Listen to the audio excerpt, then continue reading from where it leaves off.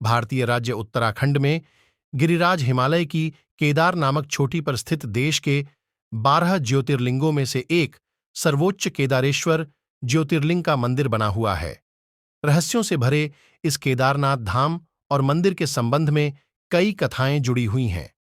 आओ जानते हैं कि कब और क्यों केदारनाथ का मंदिर 400 साल तक बर्फ में दबा रहा। पहला रहस्य, केदारनाथ धाम में एक तरफ करीब 22,000 फुट ऊंचा केदार, दूसरी तरफ 21,600 फुट ऊंचा खर्चकुंड और तीसरी तरफ 22,700 फुट ऊंचा भरतकुंड का पहाड़। न सिर्फ 3 पहाड़ बल्कि 5 नदियों का संगम भी है यहाँ, मंदाकिनी, मधुगंगा, क्षीरगंगा, सरस्वती और स्वर्णगौरी। इन नदियों में अलकनंदा की सहायक मंदाकिनी आज भी मौजूद है। दूसरा रहस्य, यह मंदिर कटवा पत्थरों के भूरे रंग के विशाल और मजबूत शिलाखंडों को जोड़कर बनाया गया है। 6 फुट ऊंचे चबूतरे पर खड़े 85 फुट ऊंचे, 187 फुट लंबे और 80 फुट चौड़े मंदिर की दीवारें 12 फुट मोटी हैं। यह आश्चर्य ही है कि इतने भारी पत्थरों को इतनी ऊंचाई पर लाकर व तराश कर कैसे मंदिर की शक्ल दी गई होगी।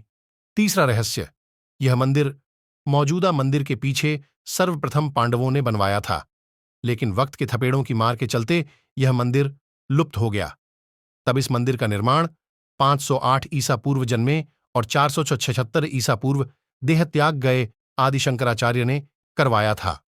इस मंदिर के पीछे ही उनकी समाधि है। इसका गर्भगृह अपेक्षाकृत प्राचीन है, जिसे 80वीं शताब्दी के करीब। चौथा रहस्य, दीपावली महापर्व के दूसरे दिन के दिन शीत ऋतु में मंदिर के द्वार बंद कर दिए जाते हैं। 6 माह तक मंदिर के अंदर दीपक जलता रहता है। पुरोहित ससम्मान पट बंद कर भगवान के विग्रह एवं दंडी को 6 माह तक पहाड़ के नीचे ऊखी मठ में ले जाते हैं। 6 माह बाद मई माह में केदारनाथ के कपाट खुलते हैं, तब उत्तराखंड की यात्रा आरंभ होती है। 6 माह मंदिर और उसके आसपास कोई नहीं रहता है, लेकिन आश्चर्य की बात कि 6 माह तक दीपक भी जलता रहता और निरंतर पूजा भी होती रहती है। कपाट खुलने के बाद यह भी आश्चर्य का विषय है कि वैसी की वैसी ही साफ सफाई मिलती है जैसी कि छोड़कर गए थे। पांचवां रहस्य, 16 जून 2013 की रात प्रकृति ने कहर बरपाया था।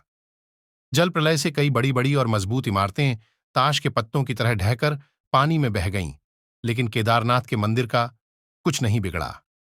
आश्चर्य तो तब हुआ जब पीछे पहाड़ी से पानी के बहाव में लुढ़कती हुई विशालकाय चट्टान आई और अचानक वह मंदिर के पीछे ही रुक गई। उस चट्टान के रुकने से बाढ़ का जल 2 भागों में विभक्त हो गया और मंदिर कहीं ज्यादा सुरक्षित हो गया। इस प्रलय में लगभग 10,000 लोगों की मौत हो गई थी। छठा रहस्य, पुराणों की भविष्यवाणी के अनुसार इस समूचे क्षेत्र के तीर्थ लुप्त हो जाएंगे। माना जाता है कि जिस दिन नर और नारायण पर्वत आपस में मिल जाएंगे, बद्रीनाथ का मार्ग पूरी तरह बंद हो जाएगा और भक्त बद्रीनाथ के दर्शन नहीं कर पाएंगे। पुराणों के अनुसार वर्तमान बद्रीनाथ धाम और केदारेश्वर धाम लुप्त हो जाएंगे। मित्रों, अब जानिए 400 सालों तक कैसे बर्फ में दबा रहा केदारनाथ का मंदिर, और जब बर्फ से बाहर निकला तो पूर्णतः सुरक्षित था।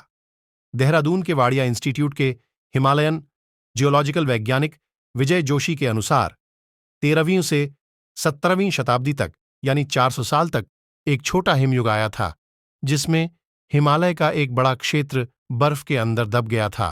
दरअसल केदारनाथ का यह इलाका चोराबरी ग्लेशियर का एक हिस्सा है।